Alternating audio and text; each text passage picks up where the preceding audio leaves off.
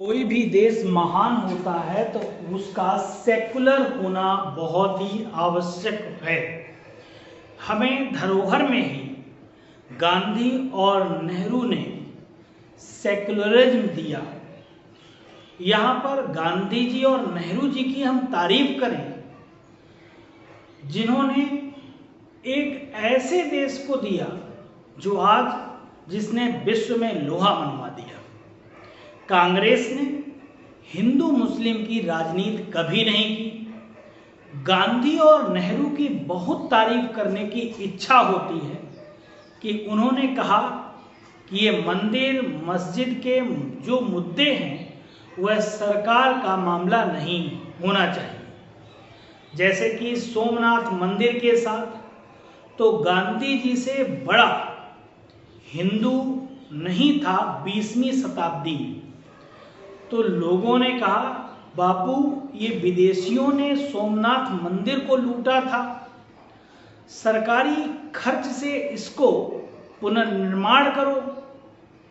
बापू ने कहा ये सरकार का काम नहीं है, ये हिंदू समाज सशक्त है, मंदिर निर्माण करे। फिर राजेंद्र प्रसाद जी बोले मैं जाकर उद्घाटन करूंगा। तो नेहरू जी ने कहा बिल्कुल नहीं, हम एक सेकुलर गवर्नमेंट हैं। वहीं नेहरू जी की महानता मुझे दिखती है। उन्होंने कहा मंदिर किसको कहा जाए, तो आधुनिक भारत में उन्होंने भाखड़ा नागल बांध का उद्घाटन करते समय कहा ये हमारे आधुनिक भारत के मंदिर हैं। उसमें उन्होंने फिर जोड़ा CSIR research institute, ISRO, IIT, IIM, ये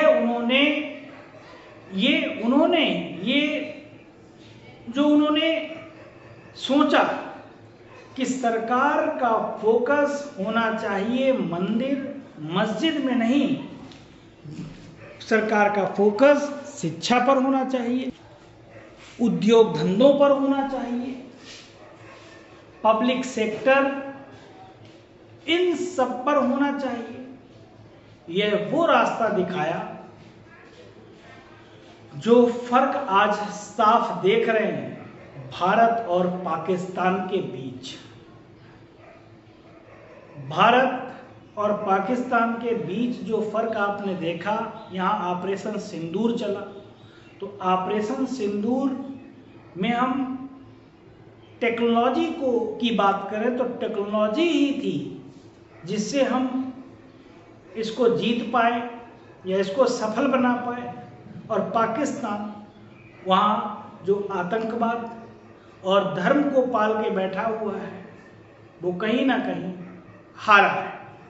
और इसी फर्क की वजह से पाकिस्तान जिहाद, आतंकवाद का सहारा लेकर देश चलाना चाहता है जो नहीं चल पाएगा।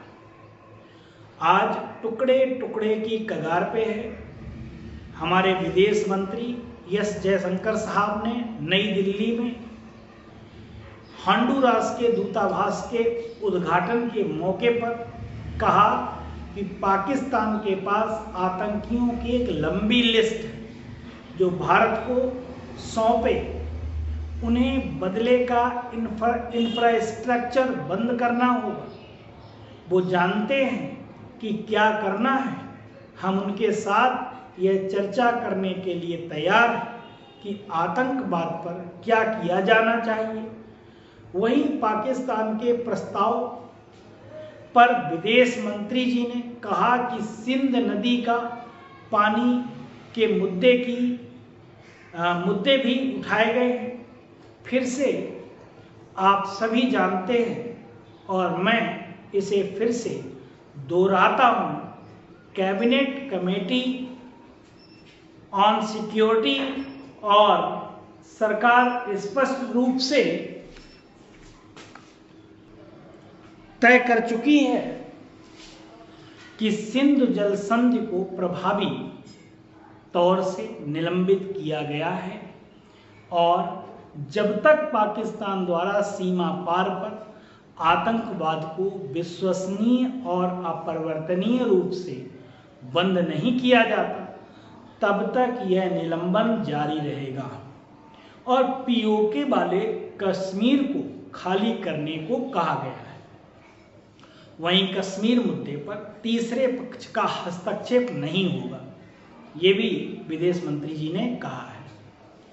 वहीं कश्मीर मुद्दे पर तीसरे पक्ष का हस्तक्षेप नहीं होगा और बातचीत द्विपक्षीय होगी। साथ ही अमेरिका के साथ व्यापार की बातचीत जारी है। कोई भी फैसला जल्दबाजी में नहीं लिया जाएगा। सीज फायर को लेकर जयशंकर जी ने कहा, यह साफ है कि गोलीबारी बंद करने की मांग कौन कर रहा था। हमने आतंकी ढांचे को नष्ट करने के जो टारगेट तय किए थे उन्हें हासिल कर लिया है। तो यहाँ जो भी हम देख रहे हैं पाकिस्तान और भारत के बीच में, ये नेहरू और गांधी का देश है, जिन्होंने एक सेकुलर स्टेट बनाया और वहाँ सांप्रदायिकता के आधार पर जो बंटवारा हुआ था, उन्होंने एक धर्म और आतंकी जिहादी देश बनाया और इसीलिए ये दुनिया में पिछड़ गए। आज चाइना की संगत कर रहे हैं या चाइना से सहयोग मांग रहे हैं। चाइना उनसे जमीन हड़प लेगा और ये कहीं के लायक नहीं रहेंगे। एक ऐसा देश जो हो सकता है भविष्य में नक्शे से मिट जाए। तो इस तरीके से जो जब हम बंटवारा हुआ था तो उस समय हम सेकुलर बने थे। तो सेकुलरिज्म बहुत ज़रूरी है। हर देश को अपनी शिक्षा, उद्योग धंधों और जो भी इंफ्रास्ट्रक्चर है उस पर ध्यान देना चाहिए, जिससे देश सशक्त बने। जय हिंद, जय भारत। Thanks for watching.